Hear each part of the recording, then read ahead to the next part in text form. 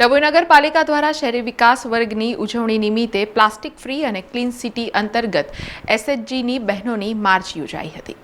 ગુજરાત સરકાર દ્વારા શહેરી વિકાસ વર્ષની ઉજવણી કરવામાં આવી રહી છે અને ગુજરાત શહેરી આજીવિકા મિશન અંતર્ગત દ્વારા વિવિધ પ્રકારની પ્રવૃત્તિ યોજવા માટે સૂચના આપવામાં આવી છે। ત્યારે આજ રોજ ડભોઈ નગરપાલિકા ખાતે ડભોઈને પ્લાસ્ટિક મુક્ત અને ક્લીન સિટી બનાવવાના ઉદ્દેશ્ય સાથે માર્ચ રેલી કાઢવામાં આવી હતી, જેમાં ડભોઈ નગરની સખી મંડળની બહેનો મોટી સંખ્યામાં એકત્રિત થઈ હતી અને ડભોઈ ટાવર ચોકથી સરદાર બાગ સુધીની માર્ચ રેલીમાં જોડાઈ હતી। આ સાથે નગરના વેપારીઓ તથા નગરજનોને જાગૃત કરવા માટે નગરપાલિકા દ્વારા આ માર્ચ રેલી સાથે જરૂરી પ્રચાર પ્રસાર પણ કરવામાં આવ્યો હતો। આ માર્ચ રેલીના સમાપન અને સરદાર બાગ ખાતે નગરપાલિકા દ્વારા બનાવવામાં આવેલ આરઆરઆર સેન્ટર પર બિનઉપયોગી વસ્તુઓ, જૂના કપડાં વગેરે કચરામાં નહીં ફેંકી સેન્ટરથી વિનામૂલ્યે લઈ જવા અંગેની પણ જાણકારી આપવામાં આવી હતી। આ કાર્યક્રમમાં નગરપાલિકાના પ્રમુખ બિરેન શાહ, કારોબારી ચેરમેન તેજલ સોની, ઉપપ્રમુખ મનોજ પટેલ, ચીફ ઓફિસર જયકિશન તડવી તેમજ નગરપાલિકાના મેનેજર મહેશ પરમાર, અર્ચના પરમાર તથા નગરપાલિકાના કર્મચારીઓ મોટી સંખ્યામાં જોડાયા હતા।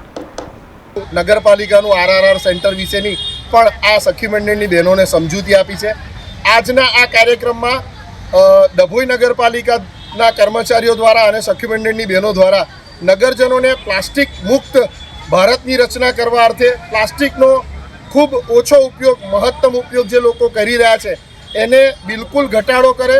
અંશતઃ બંધ કરે અને એકંદરે જીવનમાંથી પ્લાસ્ટિકને જાકારો આપે એ રીતના ઉદ્દેશ્ય સાથે આજની આ એસએચજી બહેનોની માર્ચ યોજી હતી। સાથે સાથે આરઆરઆર સેન્ટર જે સરકારશ્રીનો કોન્સેપ્ટ છે એને આગળ ધપાવતા લોકો પોતાની નકામી વસ્તુ જે કચરામાં ફેંકે છે પણ એ અન્ય વ્યક્તિને ઉપયોગમાં આવી શકે એવી હોય તો એ આરઆરઆર સેન્ટર પર જમા કરાવે, જેનાથી ગરીબ વર્ગના લોકો આ ચીજવસ્તુનો પુનઃ ઉપયોગ કરે અને દેશમાંથી જે